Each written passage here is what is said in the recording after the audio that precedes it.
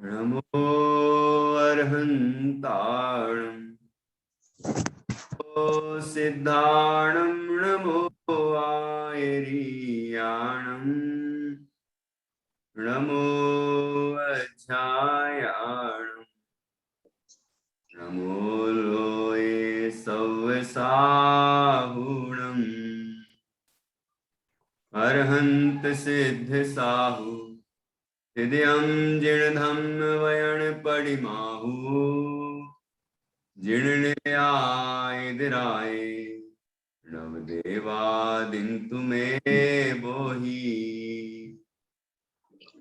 मंगलम भगवान वीरो मंगलम गौतमो गणी मंगलम कुंद कुंदाद्यो जैन धर्मोस्तु मंगलम सर्वमंगल मांगल्यम सर्वकल्याणकारकम सर्वधर्माणां जैनं जयतु शासनम जैनं जयतु शासनम।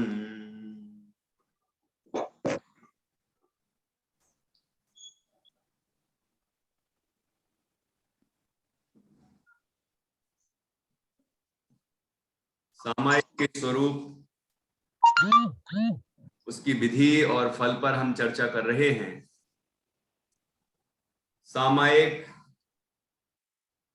राग द्वेष के त्याग रूप, समता भाव रूप होती है। सामायिक में मुख्य रूप से शुद्धात्मा निशुद्धात्म तत्व के समीप रहा जाता है। मुख्य प्रयोजन सामायिक का आत्म ध्यान ही है, आत्मानुभूति ही है। आत्मानुभूति पाने के लिए, आत्मज्ञान के लिए, आत्म अनुभव के लिए पंच परमेष्टि का भी अवलंबन लिया जाता है। और ये आत्मा का ध्यान, पंच परमेष्टि का ध्यान जिन जिन अवलंबनों से हो सकते हैं वो अवलंबन भी लिए जाते हैं। जैसे पंच परमेष्टि के ध्यान के लिए नमोकार मंत्र, महामंत्र का ध्यान, नमोकार मंत्र के ही जो वाचक पद हैं, ऐसे ओम, असिया उषा, ह्रीम वगैरह और भी जो अनेक मंत्र पद हैं, उनके माध्यम से भी ध्यान किया जाता है। ये मंत्रों का ध्यान नहीं किया जाता है, मंत्रों के माध्यम से पंच परमेष्टि का ध्यान किया जाता है। और पंच परमेष्टि का ध्यान करने का प्रयोजन है कि पंच परमेष्टि जो हमें उपदेश दे रहे हैं, जो हमें अपने स्वरूप को बतला रहे हैं, उनसे हमें प्रेरणा मिलती है कि वो अपने में लीन है। जैसे हमने अरहंत परमेष्टि का ध्यान किया तो वो कहाँ लीन दिखाई दिए? कि अपने में लीन दिखाई दिए। तो हमें भी क्या प्रेरणा मिली कि हम भी अपने को जाने, अपने को पहचाने, अपने में लीन हो। सिद्धों का करते हैं तो ये समझ में आता है कि सिद्ध भगवान अशरीरी हैं और बाहर की चीजों का तो संयोग होने का कोई काम ही नहीं है। ये अशरीरी हैं, मतलब ये कि मैं शरीर आदि सर्व पर पदार्थों से भिन्न तत्व हूं और मैं आत्म तत्व हूं, सिद्धों की तरह शुद्ध तत्व हूं, ऐसा हमें भाषित होता है। इस तरह हम फिर आचार्यों का ध्यान करते हैं तो आचार्य भी मुख्य रूप से परम सामायिक में लीन रहते हैं, तो वो भी आत्म ध्यान कर रहे हैं।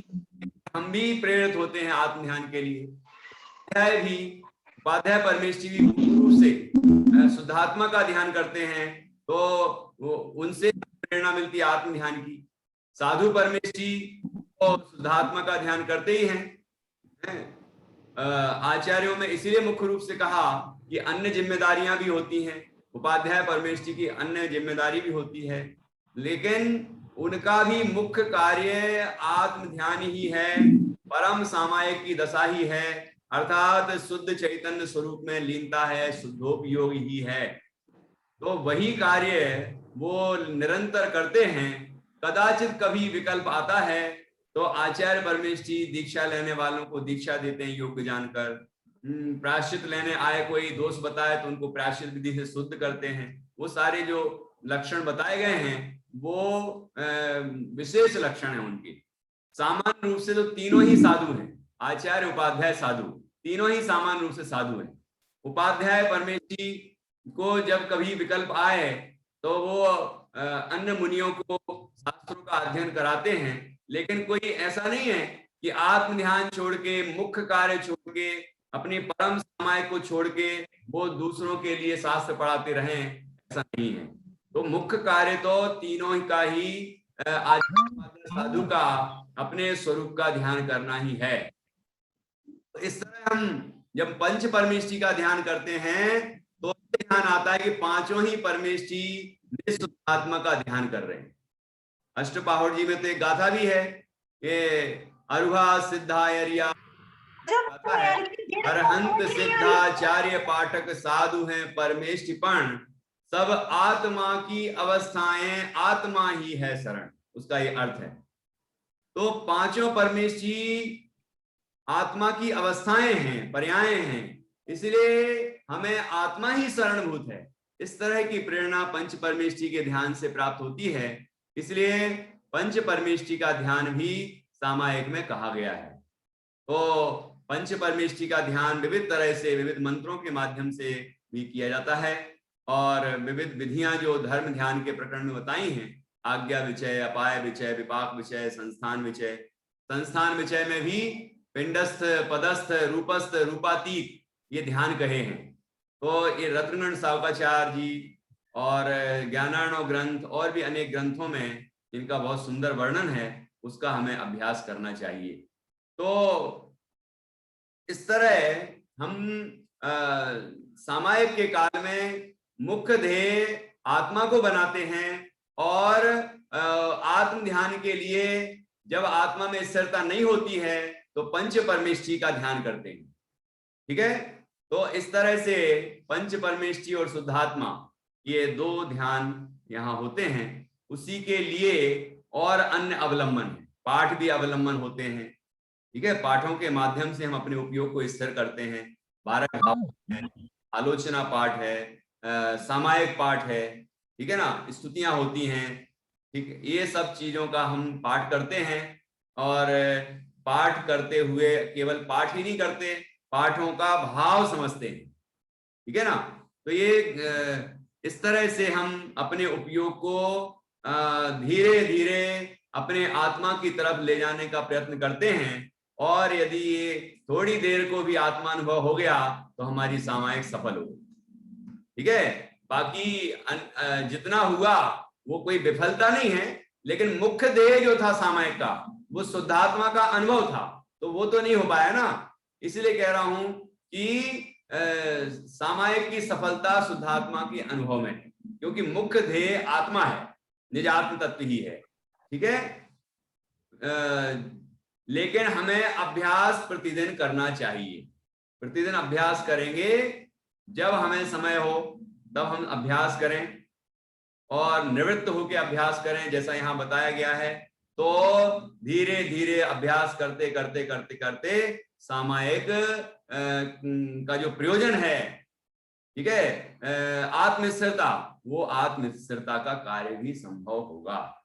तो इस तरह हमने अभी ये इतने दिनों में ये समझा कि सामायिक का अर्थ है समता भाव, राग द्वेष का अभाव, और हमने ये भी समझा कि सामायिक में जो समता भाव होता है, राग द्वेष का अभाव होता है, उसमें 4 संबंध में बताया: द्रव्य, क्षेत्र, काल और भाव। द्रव्य में लिया चेतन और अचेतन द्रव्य, तो भी चेतन अचेतन द्रव्य हैं, और तो कोई है ही नहीं दो के अलावा, उनमें राग द्वेष नहीं करना, ये द्रव्य सामायिक। फिर क्षेत्र सामायिक, क्षेत्र सामायिक में कि गांव हो, शहर हो, वन हो, उपवन हो, कैसा भी क्षेत्र हो, हम कहीं भी किसी भी हाल में हो, कोई भी क्षेत्र में हो, उसमें राग समता रखना, ये क्षेत्र सामायिक, क्षेत्र के प्रति समता। ठीक है, काल सामायिक कि कोई भी ऋतुएं हो, चाहे 6 ऋतुएं होती हैं वर्ष भर में, तो कोई भी ऋतु हो उसमें राग द्वेष नहीं करना, कोई भी समय हो उसमें राग द्वेष नहीं करना। ये अच्छा काल है, ये बुरा काल है, ये कोरोना काल खराब है, अन्न काल अच्छा है ना, पंचम काल खराब है, चौथा काल अच्छा है। ये काल में भी राग द्वेष नहीं करना, समता रख, क्योंकि कोई भी काल हो, लेकिन हम तो जो कहते हैं ना, वस्तु का स्वरूप तो वही का वही है। हम देहादिक से भिन्न आत्मा को अनुभवेंगे तो इस काल में भी वैसा ही अनुभव में आएगा जैसे चौथे काल में अनुभव में आता है। चौथे जैसे आत्मा का अनुभव करते हैं वैसे ही हम भी कर सकते हैं, ठीक है। इसलिए वस्तु के स्वरूप में क्या अंतर आया, तो काल में प्रवेश क्यों करना, ठीक है। तो द्रव्य, क्षेत्र, काल और भाव, भाव में अपने अंदर रागादि विकारी परिणाम उत्पन्न नहीं होना, वह इस तरह से द्रव्य, क्षेत्र, काल, भाव, इन चार रूपों में हमने सामायिक का स्वरूप समझा। और ये समझा कि सामायिक की विधि क्या है। तो सामायिक की जो सामान्य विधि बताई है वह विधि में चारों दिशाओं में चार कार्य किए जाते हैं। कि पहली दिशा, जैसे पूर्व दिशा से शुरू करेंगे, तो पूर्व दिशा में क्या करना, पहले नंबर हम इस तरफ जितने भी पांचों परमेष्ठी हैं, ठीक है ना, सिद्ध भगवान तो ऊर्ध्व लोक में है, लेकिन इस तरफ अन्य जितने भी परमेष्ठी हैं, जिन वाणी, जिन मंदिर, जिन प्रतिमा, जिन धर्म, कृत्रिम और अकृत्रिम जो भी हैं पूज्य पद, उनका स्मरण करके हम प्रणाम करते हैं। जैसे मंदिर में भगवान को प्रणाम करते हैं उस तरह हम प्रणाम करते हैं। उसके बाद फिर खड़े होके 9 बार नमोकार मंत्र के माध्यम से कायोत्सर्ग करते हैं, और फिर से 3 आवर्त देके इस तरह मस्तक झुका के वंदन करते हैं। और फिर दूसरी दिशा में आ जाते हैं। पूरब के बाद दक्षिण के बाद यही कार्य फिर करना वहां, ठीक है। और फिर उसके बाद पश्चिम, उसमें भी 4 कार्य यही करना। फिर उत्तर में भी 4 कार्य यही करना। अब पूरब में अथवा उत्तर में खड़े होकर अथवा बैठकर ध्यान करते हैं, ठीक है। उस ध्यान करने में फिर हम पंच परमेष्ठी का ध्यान करते हैं। 12 भावनाओं के माध्यम से संसार, शरीर और भोगों से विरक्ति का विचार करते हैं, उनकी असारता का विचार करते हैं। और जब संसार अनित्य है, संयोग अनित्य है, तो निस्वार्थ तत्व नित्य है। जब संसार में कोई शरण नहीं है तो व्यवहार से पंच परमेष्ठी और निश्चय से निस्वात्मा हमारे लिए शरण है। इस तरह हम अंतर की तरफ आते हैं 12 भावों का चिंतन करते करते। और संसार में जब दुख रूप है, संसार जब दुख रूप है तो आत्मा स्वरूप है, संसार असार है, निज आत्मा सारभूत है। इस तरह जब शरीर अशुचि है, अपवित्र है, तो एकमात्र निशुद्धात्मा ही शुचि है, पवित्र है। ऐसा हम 12 भावनाओं के माध्यम से बार बार बाहर से हटते हैं और अंतर में आते हैं, क्योंकि हमारा उपयोग बाहर में कहीं ना कहीं अटका है। ये उनके हैं, ये अच्छे हैं, ये बुरे हैं, ये शरीर का तो ध्यान रखना ही पड़ेगा, और इत्यादि कहाँ कहाँ का मोह हमें जकड़ा हुआ है, तो उपयोग वहीं अटका है। और फिर हम में बैठे और फिर कहें कि हमें ये चीज याद आ रही थी कि कढ़ी और दाल की याद आ रही थी, वो कुकर में दाल जल तो नहीं गई होगी, कुकर लगा के बैठे हैं हम, तो ऐसा तो नहीं वो सीटियां 4 आ गई, 5 आ गई, ऐसा तो नहीं कि जल गया हो। तो ये विकल्प करेंगे तो सामायिक कहां से होगी। ये तो मैंने उदाहरण दिया। ऐसे दुकानदार है, सर्विस वाला है, या और कोई भी है, तो बिल्कुल देर निवृत्त होना है, निवृत्ति से कार्य करना है, नहीं तो हमारे विकल्प ही होते रहेंगे। तो निवृत्त होके बैठे हैं, योग के स्थान में बैठे हैं, ये सारी चीजें यहाँ पर बताई हैं। और बैठ के पहले नंबर 12 भावनाओं का चिंतन करें। ध्यान के बाद 12 भावनाओं का चिंतन करें, जिससे कि संसार, शरीर और भोगों से विरक्ति हो और अपने की तरफ हमारा उपयोग लगे, रुचि बढ़े, ठीक है ना। तो ऐसा करने से अंतर की ओर हमारी रुचि बढ़ेगी। फिर अन्य पाठों के माध्यम से या पाठों का माध्यम नहीं लेना हो तो कोई बात नहीं, हम अपने स्वरूप का चिंतन करें। अपने आत्म स्वरूप का चिंतन करें, विचार करें, कैसा है आत्मा, कैसे है आत्मा के गुण, कैसी है शक्तियां, ठीक है ना।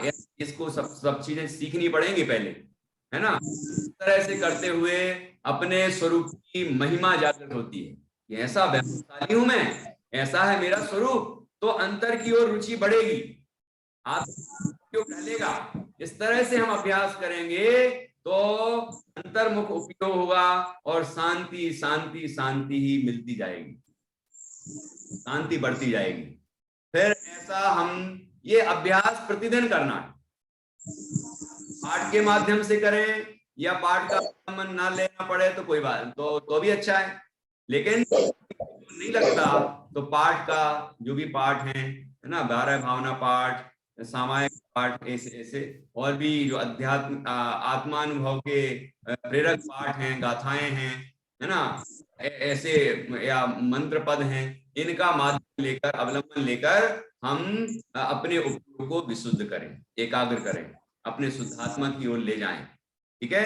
और हर दिन अभ्यास करते करते जिस समय आत्मा का अनुभव हो जाए तो यही सामायिक की सफलता। और फिर हर दिन अभ्यास करें और लीन हो और अभ्यास करें तो निश्चित रूप से हमारी संसार शरीर भोगों से आसक्ति छूटती जाएगी और फिर यहाँ संयम अंश जागेगा, व्रताधिक लेने के परिणाम जागेंगे, सहज अंश आएंगे कि सब चीजें धीरे धीरे छोड़ना शुरू कर देगा। 11 प्रतिमाएं उत्पन्न होंगी और किसी जीव का पुरुषार्थ विशेष हो जाए तो सीधा मुनिव्रत ले ले और सामायिक करे। परम सामायिक जीव मुनिराज का जीवन ही सामायिक में होता है और दूसरा कोई तो काम ही नहीं है, तो पूरी निवृत्ति से वह सामायिक के कार्य में लगे रहेंगे।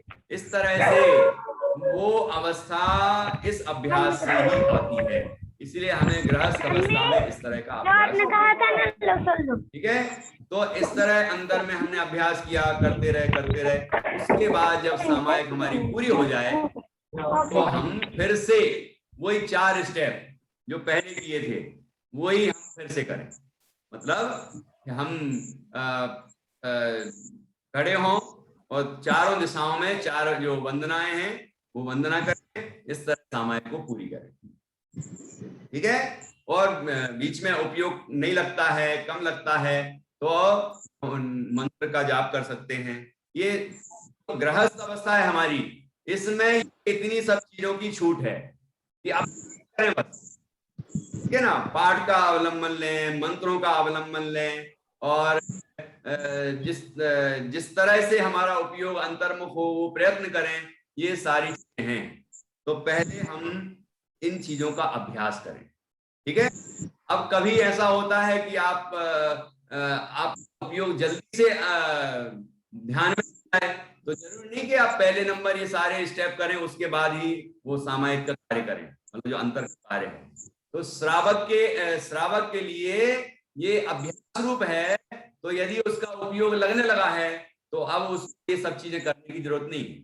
लेकिन जब प्रतिमाधारी हो जाते हैं तो वो तो से ये सब कार्य करते हैं, उनका जो समय होता है उन 3 कालों में तो नियम पूर्वक ये सारे आवर्त और सारे जो वंदन आदि के कार्य हैं, क्रियाएं हैं, पूरी नियम पूर्वक ही करते हैं। इन 3 कालों के अतिरिक्त कभी भी अपना उपयोग अंतर्मुख होने लगे, पंच परमेष्ठी के ध्यान में लगने लगे, 12 भावना के चिंतन में लगने लगे तो ये उत्तम से उत्तम कार्य करना चाहिए, ठीक है। तो इस तरह से सामायिक की यहाँ पर विधि बताई गई है और सामायिक की विधि में इन बातों का ध्यान रखना है कि सामायिक करने बैठते हैं तो हमारे बाल भी बंधे हुए हों, वस्त्र भी ओढ़ने वाले हों, वो भी बंधे हों, और शरीर में जब हम इस तरह यदि पद्मासन में बैठे हैं तो ये हाथ भी इस तरह, आपने देखा होगा प्रतिमा जी के, भगवान के, तो उस तरह बंधे हुए हों, मतलब अस्थिरता नहीं होना चाहिए। पद्मासन में बैठे और खड़गासन में है तो खड़गासन में भी स्थिरता से खड़े रहें। तो जैसे 2 तरह से आसन बताए हैं तो 2 तरह में से जो आपको अच्छा लगे आसनों में हम सामायिक कर सकते हैं, ठीक है। इस तरह सामायिक की विधि पर हमने चर्चा की। अब वो इसके बाहर में एकांत स्थान हो और बाहर में कोई भी तरह से कोई जीव जंतु पैदा हो रहे हो, कीड़े या चींटियां, ऐसे स्थान नहीं होना चाहिए। मतलब साफ सुथरा हो, एकांत हो, किसी भी तरह का कोई डिस्टरबेंस नहीं हो और पूरी शक्ति से बैठे। मतलब एक देखिए, एक तरह का त्याग होता है नियत काल के लिए त्याग, निश्चित समय के लिए त्याग करना, और एक होता है अनियत काल के लिए त्याग, आजीवन त्याग। मान लो बहुत सारी चीजें हम नहीं छोड़ रहे हैं, ठीक है, तो उतनी देर के लिए तो छोड़ दें कि हम ये करें कि 1 घंटे मैं टीवी नहीं देखूंगा। समय का समय है, उतनी देर के लिए टीवी का त्याग, मोबाइल का त्याग, परिवार का त्याग नहीं कर सकते, उतनी देर के लिए नहीं कर सकते। परिवार का त्याग उतनी देर के लिए करना है, ऐसा नहीं कि आप सामायिक से उठने के बाद आप फिर कहो कि मेरी पत्नी नहीं है, मेरे पर है। यदि ऐसी भावना जाग जाए तो आप ले लेंगे। फिर इससे उत्तम कार्य क्या है? सामायिक का अभ्यास का तो फल यही है कि अंतर में ऐसा वैराग्य जगे, ऐसी अंतर की धुन लगे कि फिर दीक्षा ही का परिणाम आए। तो ये तो उत्तम भाव हुआ ना। लेकिन उतनी देर के लिए तो हम त्याग कर दें, हमारे पानी का त्याग, भोजन का त्याग, जो जो चीजें खाना पीना और सब चीजों का त्याग कर दें, और त्याग के हम निवृत्ति पूर्वक बैठे। 1 घंटे के लिए करना है, इतनी देर तो कर ही सकते हैं। फिर देखिए आप 1 घंटा जब त्याग करेंगे और फिर आपको भी अंतर में लगेगा, है ना, तो आपको ऐसे निर्भरता लगेगी जैसे मेरा पर्स कोई संबंध ही नहीं है और मेरा तो सब कुछ मैं ही हूं और तो मेरे अंदर ही है। इस तरह अभ्यास करने से अंतर की समता जागृत होगी। तो ऐसा अभ्यास गृहस्थ को निरंतर करना चाहिए। अभ्यास करेंगे तो वो दशा पैदा होगी। नहीं तो अभी तो हमें ही लगता है मुनिराज क्या करते रहते होंगे, मुनिराज क्या करते होंगे। अभी तो ज्यादातर तीर्थों पर रहते हैं मुनिराज, लेकिन ऐसे पहले तो जंगल में ही ज्यादातर रहते थे, तो जंगल होंगे हैं। तो ऐसा विचार आता है श्रावक को। लेकिन जब हम ये अभ्यास करने लगते हैं तो समझ में आता है कि मुनिराज क्या करते होंगे, कैसा आनंद आता होगा उनको अंदर में। तो वो आनंद जब हमें खुद आने लगेगा तो हमें उनका स्वरूप भी सच्चा समझ में आएगा कि कैसे मुनिराज। और फिर प्रतिमा जी जो हम देखते हैं, दर्शन करते हैं, तो तब हमें अरहंतों का स्वरूप भी सच्चे रूप में समझ में आएगा कि कैसा आनंद ले रहे हैं वो। सिद्धों का भी समझ में आएगा कि कैसे वो लीन है आत्मा में और अनंत आनंद ले रहे हैं। ये जब हम अपने अंदर अनुभव करेंगे तो ही हमें दूसरे का अनुभव समझ में आएगा, आनंद समझ में आएगा और सच्ची भक्ति पैदा होगी। कहते हैं कि पंच परमेष्ठी के प्रति भक्ति ज्ञानी की ही सच्ची होती है। जो ज्ञानी है, जिसने स्वयं अनुभव किया है, ऐसे के ही पंच परमेष्ठी की भक्ति सच्ची होती है, क्योंकि उसने वो अनुभव किया है जैसे भगवान हैं, जैसा भगवान अनुभव कर रहे हैं, ठीक है ना, उस तरह का अनुभव उसने अपने अंदर किया है। तो उनकी महिमा आती है कि ओ ऐसे पूरी स्वरूप में तल्लीनता, ऐसा आनंद उनको मिलता है, मैं भी अपने अंदर प्राप्त करूं, ऐसा उत्साह भी जागता है और उनके प्रति भक्ति भी जागती है। तो इस तरह से हमें अपने अंतर में इस तरह बार बार अभ्यास करना चाहिए। बाहर से बिल्कुल निवृत्त होके अब बैठ जाना चाहिए। ऐसी निवृत्ति होगी तो अंदर में समता जागेगी, स्वरूप स्थिरता होगी, आत्मानुभूति होगी, आत्मा का आनंद होगा। और हम यदि मन माने तरीके से ये कार्य करने की कोशिश करेंगे तो फिर वो उपलब्धि होगी नहीं, और फिर हम कहेंगे मैं सामायिक तो हर दिन करता हूं लेकिन मन ही नहीं लगता, ध्यान में तो हर दिन बैठता हूं लेकिन मन ही नहीं लगता। ये विधि पूर्वक बैठें, विधि पूर्वक कार्य करें तो सफलता जरूर मिलेगी।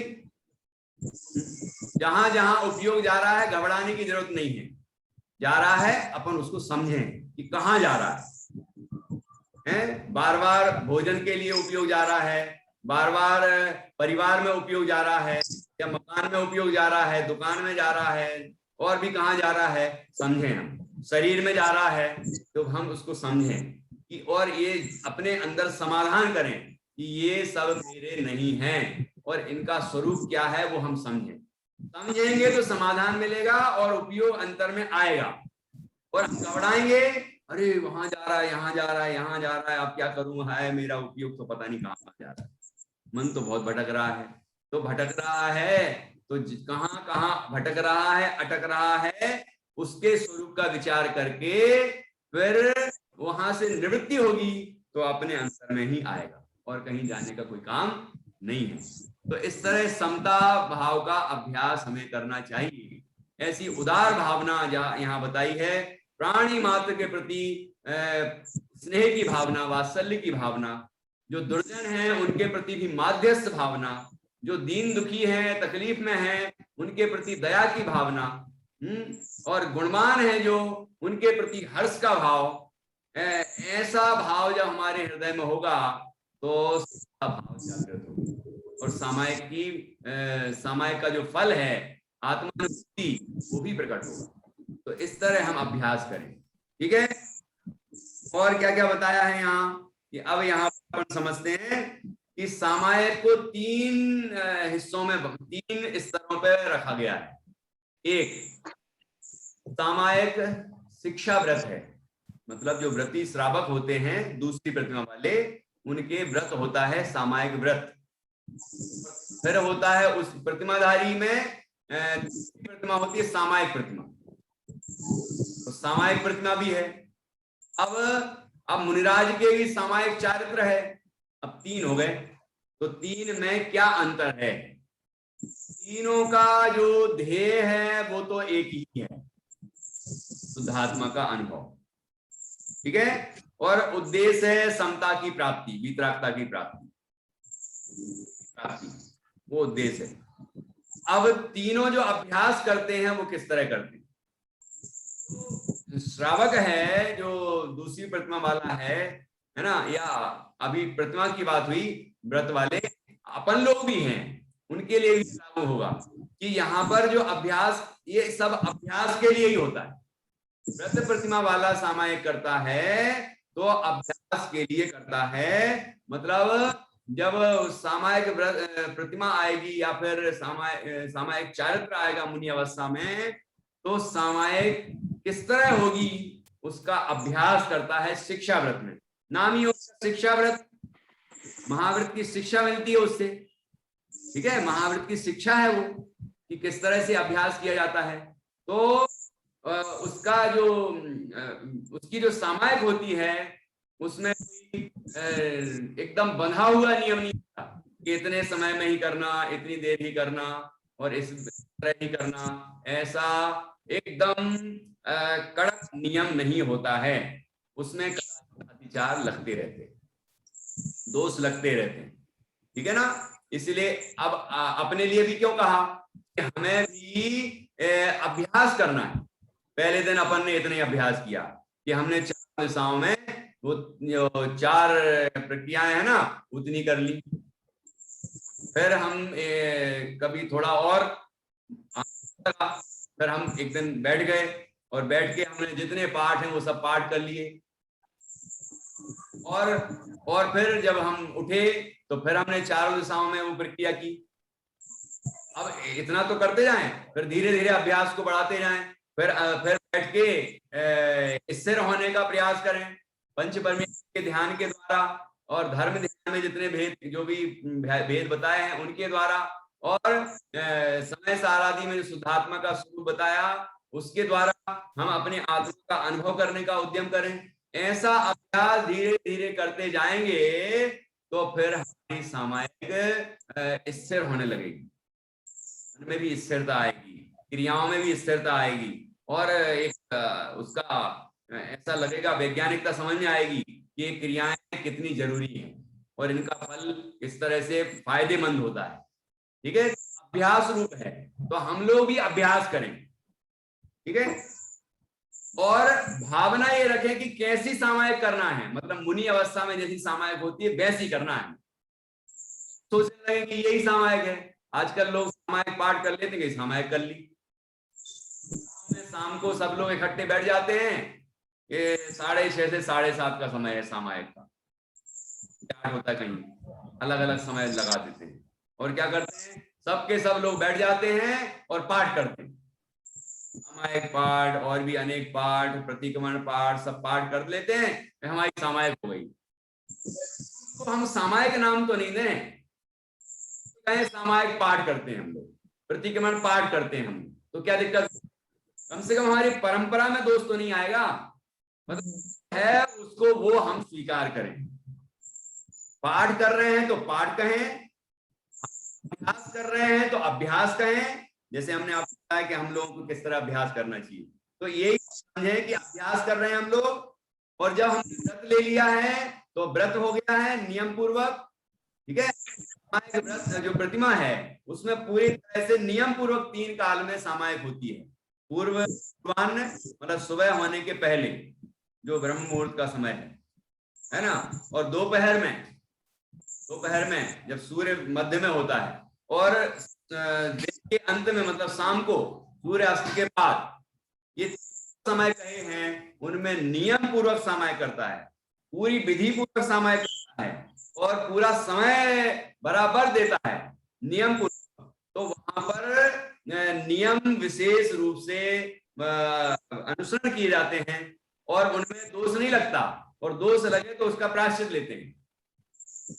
दूसरा स्टेप हो गया सामायिक प्रतिमा वाला, जिसमें पूरी तरह निर्दोष पालन करने का अभ्यास किया जाता है, प्रयत्न किया जाता है, और दोष लगता है तो उसको प्रायश्चित आदि से शुद्ध करते हैं, और है वहां तो नियम पूर्वक है ही, विशेष वहां अभ्यास रूप नहीं है, वहां तो सामायिक ही है, परम सामायिक है, ठीक है ना। तो मुनिराज का तो स्वरूप में स्थिरता करने का इतना अभ्यास है कि वो भोजन करते करते लीन हो जाते हैं, और चलेगा मतलब कि जब वो आहार कर रहे हैं, और उपयोगी तो जाना, कोई आंख बंद करके ऐसा थोड़ी करना है कि अंदर में उपयोग ले जाना, खुली है आपको दिख रहा है वो आहार देख रहे हैं, इतने में तो आत्मा में लीन होके बाहर आ गए,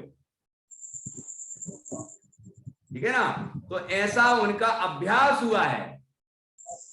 यदि ये 3 स्तर हैं, इन तीनों स्तरों को नहीं समझें, एक सामायिक 12 व्रतों में जो सामायिक व्रत है उसमें, सामायिक में, और सामायिक जो चारित्र है मुनिराज का उसमें अंतर न समझें, तो हम तो केवल यही समझते हैं ये हमें तो यदि अनुभव नहीं हुआ, यदि हम क्षण क्षण में अंतर्मुख नहीं हुए तो हम तो पता नहीं कैसे आत्मार्थी हैं, ऐसा भी लोग सोचने लगे। कई लोग डिप्रेशन में आ गए हैं, कहते हैं हम वर्षों से स्वाध्याय कर रहे हैं, आत्मा की चर्चा कर रहे हैं, बिल्कुल हमने तो पर्यायों को उतार के फेंक दिया, बातें नहीं करते है ना, इतनी प्रगाढ़ एकदम बिल्कुल ही ध्रुव तक हैं, फिर भी अनुभव नहीं हो रहा है, तो वो हतोत्साहित हो जाते हैं, और वो सोचते हैं कि ये भैया पता नहीं क्या है, और ऐसे हमने देखे हैं कुछ ऐसे हुए, वो डिप्रेशन में आ गए हैं, भावनाएं पैदा हो गई, हम तो कछु नहीं कर सका, हमें तो कुछ नहीं हो सकता, ऐसे सोचने लगे। अरे हम गृहस्थ हैं, तो गृहस्थ हैं तो गृहस्थ के योगी ही स्थिरता होगी, नहीं तो गृहस्थ की भूमिका क्यों होती, चौथे गुण स्थान वाला हो तो चौथे गुण स्थान के योगी ही उसकी भूमिका होगी, स्थिरता होगी कि वो मुनिराज जैसी हो जाएगी, राज की जैसी स्थिरता होती है और क्षण क्षण में अंतर्मुखता होती है, वैसी स्थिरता के नहीं हो सकती। कोई को कहते हैं हम तो 24 घंटे हमें तो अनुभव होता है, हमारा तो अभ्यास चलता, मतलब 24 घंटे हमें तो भेद ज्ञान चलता रहता है, 24 घंटे हमारा अपने में स्थिरता बनी रहती है, और भी अनेक बातें करते हैं, अब वो क्या होता है उनके वो तो वही जाने, लेकिन गृहस्थ अवस्था में किस तरह की स्थिति बनती है उसको समझना जरूरी है। जिसको सम्यक दर्शन हो गया उसके प्रति समय आत्म प्रतीति चलती है, उसे ज्ञान वर्तता है, ये वर्तता है ये अलग बात है, लेकिन बार बार उपयोग अंतर्मुख होता होगा ऐसा नहीं होता है। यदि ऐसी स्थिरता बढ़ जाए तो वो श्रावक नहीं रहेगा, मुनि बन जाए, शिक्षा ले लेगा, क्योंकि ऐसा यदि अंदर की इतनी उत्कृष्ट दशा हो गई है तो श्रावक कैसे रह सकता है, वो मुनि ही बनेगा। तो हमें स्तरों को समझना चाहिए और स्तर के अनुसार हमें अभ्यास करना चाहिए। श्रावक को श्रावक की तरह अभ्यास करना चाहिए। फिर व्रत जो सामायिक प्रतिमा वाला है उसको बिल्कुल नियमबद्ध पूर्वक अभ्यास करना चाहिए। और जो मुनिराज हैं वो तो सामायिक स्वरूपी ही होते हैं, उनका जीवन सामायिकमय होता है, वहां अभ्यास नहीं है, सामायिक है। श्रावक के अभ्यास है और मुनिराज के सामायिक है, परम सामायिक है। तो इस तरह से हमें इन स्तरों को समझना चाहिए और हम इस तरह समझेंगे तो हम किसी भी तरह से विचलित नहीं होंगे, भ्रमित नहीं होंगे। अभ्यास तो अभी तक हमने जितनी सामायिक के संबंध में चर्चा की है उसको हमें भली भांति समझना है और वैसा अभ्यास करना है। और हम यदि ऐसा कार्य नहीं करेंगे तो जीवन पर सामायिक आएगी नहीं।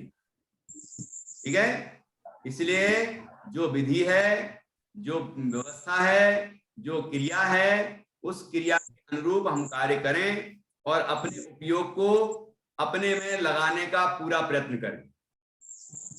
तीनों का ध्येय शुद्धात्मा में लीनता ही है, लेकिन तीनों में मुनिराज तो शुद्धात्मा में बराबर तल्लीन होते हैं, बार बार तल्लीन होते हैं, ज्यादा स्थिर रह सकते हैं।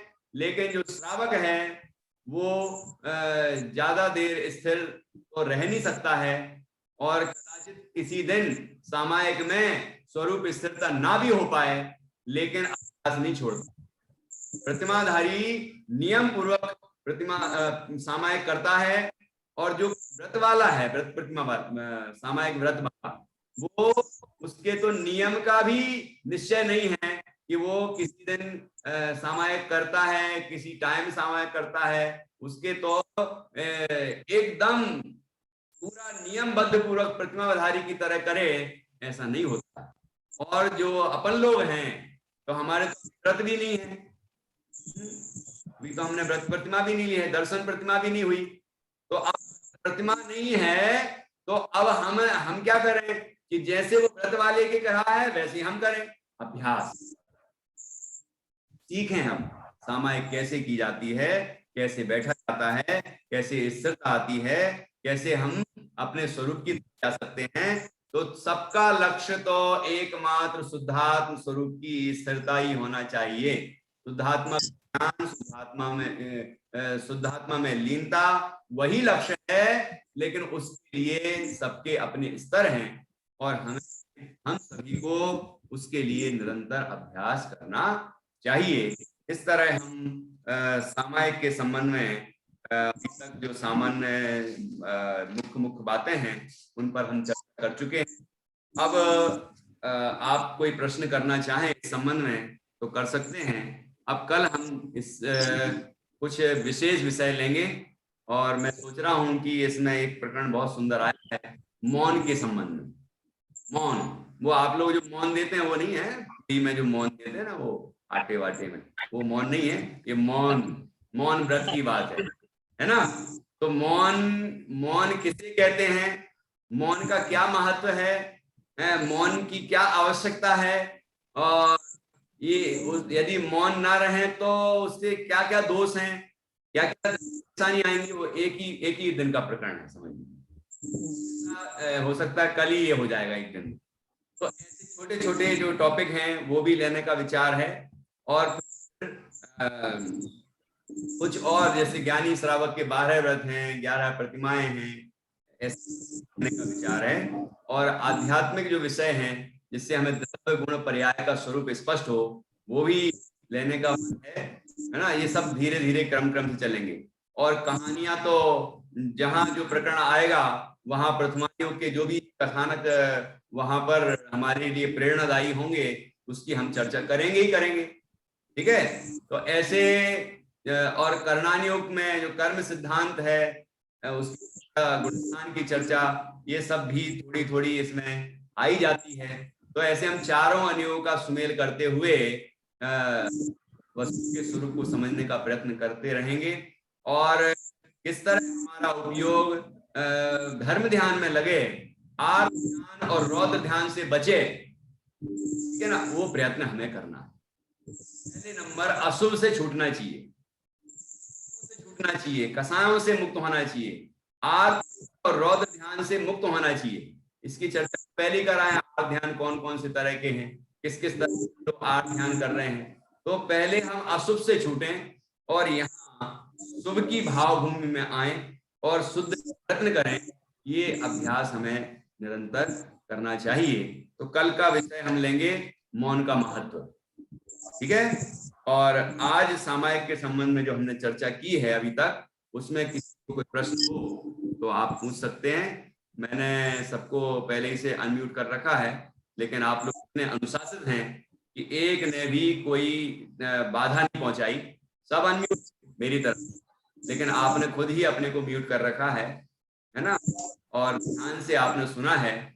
निश्चित रूप से आपके अंदर भी भावना ये है कि हमारे अंदर भी सामायिक हो, हमारे जीवन में भी सामायिक हो, है, और हम वो परम सामायिक जो मुनिराज के होती है वैसी सामायिक की दशा हमारे जीवन में भी आए है, और अत्यंत समता भाव वो अंदर में प्रकट करें। ये सबका, हम सबका मन है, इसलिए इस विषय को बहुत ध्यान से हमने और इस तरह सामायिक हम करेंगे तो निश्चित रूप से अंतर में समता भाव जागृत होगा और अंदर में आनंद की प्राप्ति होगी। अभी कोई प्रश्न हो तो आप पूछिए।